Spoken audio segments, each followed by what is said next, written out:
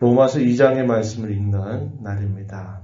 1장 18절부터 마지막 절까지는 이방인들, 하나님을 멀리하고 떠난 이방인들이 왜 불의하고 그 불의에 대한 심판이 왜 임할 수밖에 없는가, 그것에 관한 말씀을 주셨다면 2장 1절로부터 3장 마지막까지 쭉 하는 내용들은 그럼 유대인은 과연 그러면 의로우냐, 유대인들도 역시 하나님 앞에서 불의한 자들이다 라는 것을 이야기합니다. 그래서 결국 바울 사도가 말하고자 하는 핵심은 뭐냐면 이방인이든지 유대인이든지 다 하나님 앞에서 불의한 자들이고 그 불의에 대하여 마땅히 심판받아야만 된다라는 사실을 이야기하는 겁니다. 이러한 이야기를 계속 해나가는 목적은 뭐냐면 우리에게는 하나님의 의가 필요하다. 다르게 말하면 모든 인생들은 구원을 받아야만 될 대상들이다 라는 것을 이야기하고자 하는 것입니다. 그래서 이 2장 전체적인 내용은 유대인들을 대상으로 해서 유대인들도 그런 과연 하나님 앞에 의로우냐, 유대인들도 다 하나님 앞에서 다 불의한 자들이다, 이것을 이야기하고 계신 것입니다. 1절로부터 5절 내용을 간단하게 정리해보면 소위 1장 앞부분에서 말하고 있는 그 모든 불의한 이방인들에 대해서 그것이 악하고 그것이 나쁘다라고 평가하면서 정작 자기 자신도 똑같은 일을 행하고 있는 그러한 모습을 이야기해 줍니다. 1절 말씀에 보면은 그러므로 남을 판단하는 사람아, 이렇게 말하죠. 남을 판단한다, 남을 정죄하는 사람을 말합니다. 이 말은 자기 자신은 나는 그런 사람들과 같지 않다, 나는 그런 사람들에 비하면 대단히 의로운 사람들이다 라고 자처하는 사람들을 여기 남을 판단하는 사람이라고 이야기합니다. 대표적인 인물들이 누굴까요? 유대인들 대다수가 여기에 해당되겠죠. 유대인들은 이방인들을 아주 멸시했습니다. 그들은 하나님의 택하신 백성이 아니라고 여겼습니다. 그리고 그들에게는 하나님의 거룩한 율법이 상관없다고 생각을 했어요. 그들은 할례를 받지 않은 백성들이기 때문에 그들을 아주 멸시하고 그들이 아주 악한 자들이라고 쉽게 판단을 했습니다. 그러면 자기 자신들은 그들에 비하면 의로운 사람들이라고 여기는 것이죠. 그래서 여기 남을 판단하는 사람아, 도덕적으로 윤리적으로 나는 흠이 없다, 의롭다, 나는 올바르게 살고 있다 라고 여기는 사람들을 이렇게 말하고 있는 겁니다. 뭐라고 말씀합니까? 1절 끝에 보면은 판단하는 내가 같은 일을 행하고 있다라고 말합니다. 다른 사람에 대해서는 그게 죄라고 불의하다고 심판받아 마땅하다고 말하면서 자기 자신도 결국은 똑같은 일을 행하고 있다라고 이렇게 이야기하는 것입니다. 3절에서도 말하죠. 이런 일을 행하는 자를 판단하고도 같은 일을 행하는 사람아, 내가 하나님의 심판을 피할 줄로 생각하느냐. 그도 하나님의 심판을 피할 수 없다는 것이죠. 다른 사람의 불의에 대해서는 빨리 심판해야 된다라고 말하면서도 자기가 범하는 실수나 허물에 대해서는 끝까지 하나님 오래 참으신다라고 생각하면서 하나님의 오래 참으심, 하나님의 인자하심, 하나님의 용납하심을 악용하는 것입니다. 내가 죄 지어도 하나님이 다 나의 모든 죄를 용서하시고 그건 심판받지 않는다라고 여기는 사람, 그렇게 말하는 것이죠. 4절에 그 이야기를 하는 겁니다. 혹 내가 하나님의 인자하심 너를 인도하여 회개하게 하심을 알지 못하여 그의 인자하심, 용납하심, 길이 참으심이 풍성함을 멸시하느냐. 하나님 끝까지 참으신다 한 것을 계속 얘기하면서 자기가 똑같은 일을 행하는 일에 대해서는 대단히 관대한 마음을 갖는 것이죠.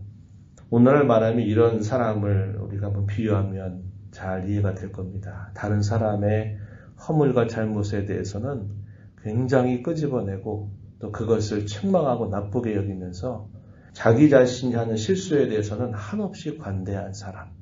이런 사람 보면 참 꼴불견 같지 않겠습니까? 유대인들이 이러한 일들을 가장 많이 했던 대표적인 사람들이었어요.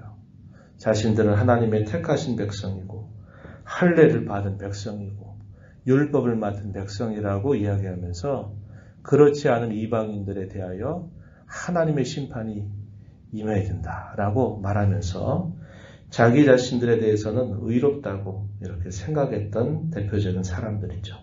이방인들 가운데서도 소위 타락한 삶을 부추기며 살지 않았던 사람들, 이방인 가운데도 소위 도덕적으로 바르게 살려고 했던 사람들도 아마 이와 같은 생각을 했을 것입니다. 그것은 사람과 사람 사이의 비교일 뿐이라는 거죠. 도토리 키재기라고 하는 말이 있는 것처럼 서로 비교해서 나는 너보다 의롭고 넌 나보다 불의하다라고 말하는 것이 될 뿐이라는 겁니다. 그러나 하나님 앞에서 그것을 엄밀하게 생각해 볼 때 너나 나나 다 똑같다는 거죠. 도토리가 다 그만하고 다 비슷할 뿐이지 스스로 누가 더 크고 누가 더 작고 하느냐는 것이 하나님 앞에서는 의미가 없다. 이런 이야기를 하고 계신 것입니다.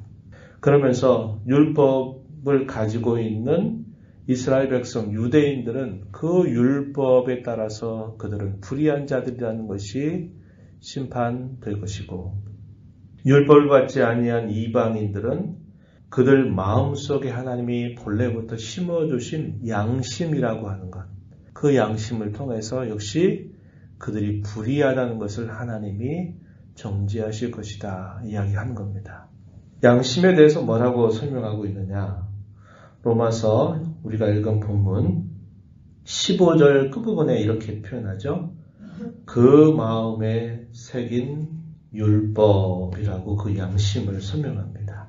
우리 소위 사람마다 그런 말 하잖아요. 너 양심에 좀 맞게 좀 생활해라. 너 양심이 왜 그래?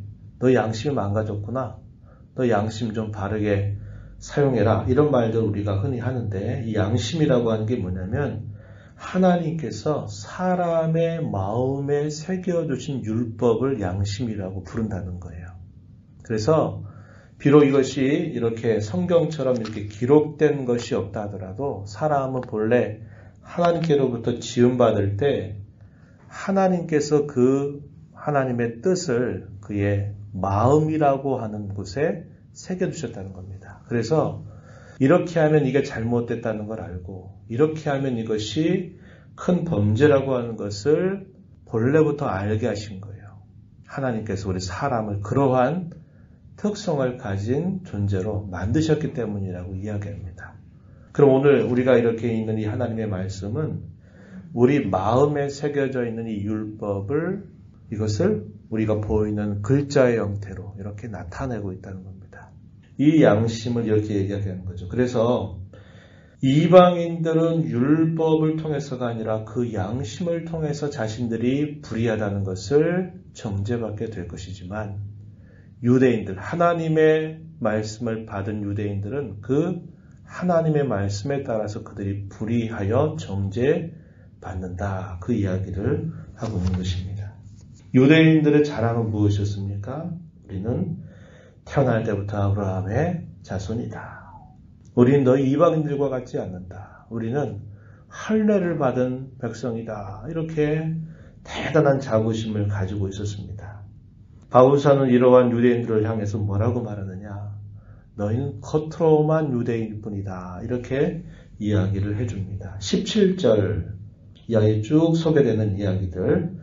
유대인이라 불리는 내가 율법을 의지하여 하나님을 자랑하고 율법의 교훈을 받아 하나님의 뜻을 알고 지극히 선한 것을 분간하고 맹인에게 인도하는 자, 어둠에 있는 자의 빛, 율법에 있는 지식, 진리의 모본을 가진 자로 스스로 믿는다. 어리석은 자들을 가르치는 교사, 어린아이의 선생이라고 스스로 믿는다. 그러면서도 너는 왜 내가 가르치는 대로 행하지 않느냐? 이렇게 쭉 책망하는 말씀이 나타나죠.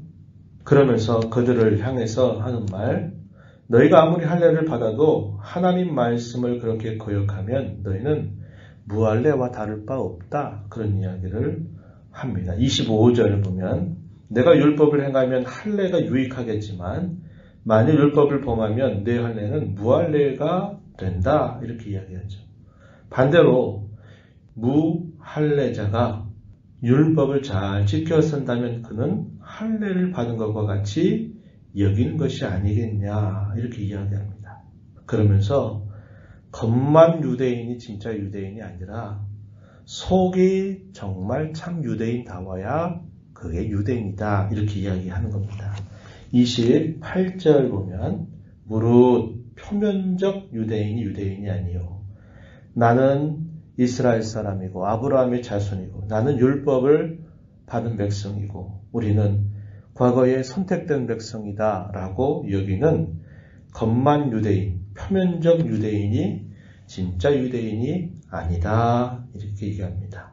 겉으로 받은 할례가 진짜 할례도 아니다 이렇게 이야기하죠. 29절에 오직 이면적 유대인, 속이 참 유대인다워야 그 사람 진짜 유대인이다.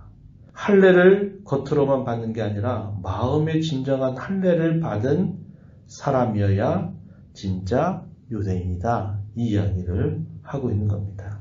뭘 이야기하는 겁니까? 유대인들의 외식, 그들의 형식적인 신앙에 대하여 이렇게 책망하는 말씀, 그것이 주어지는 것이죠.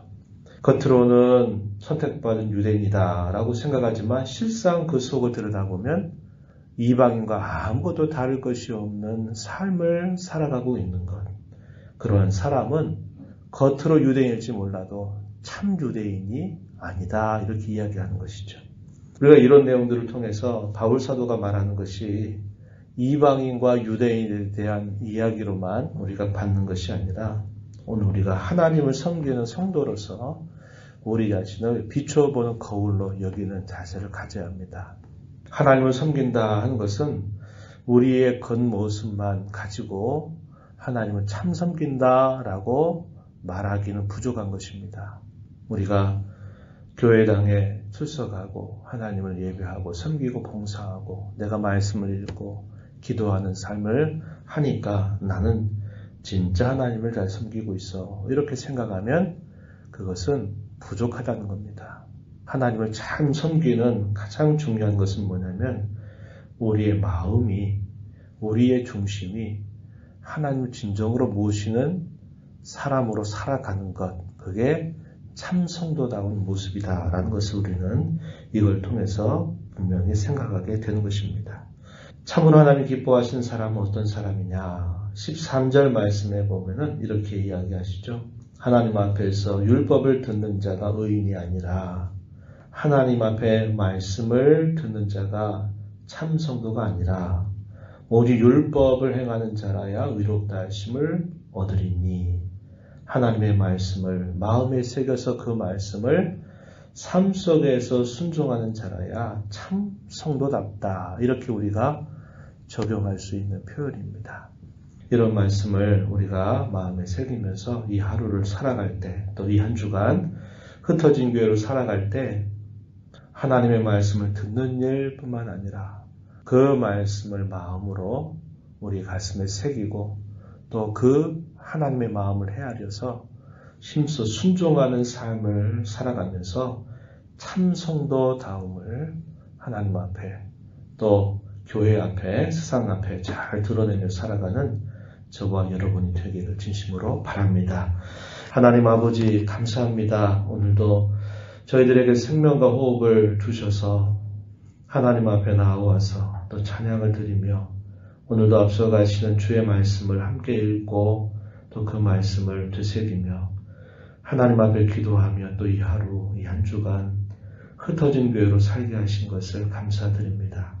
공경의 때를 지나고 있는 중에 어느 때보다도 하나님 앞에 저희들 자신들을 잘 살펴보는 기회가 되도록 인도하여 주시옵소서.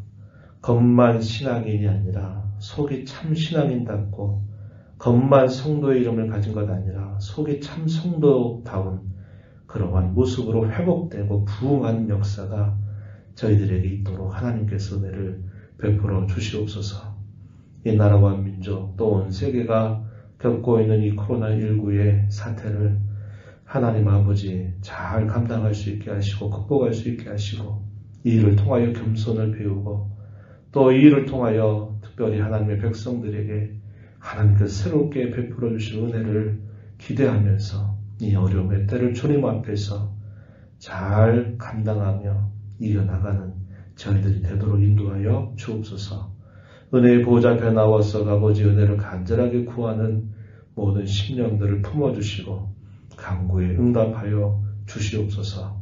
귀하신 예수님 이름으로 기도하옵나이다. 아멘.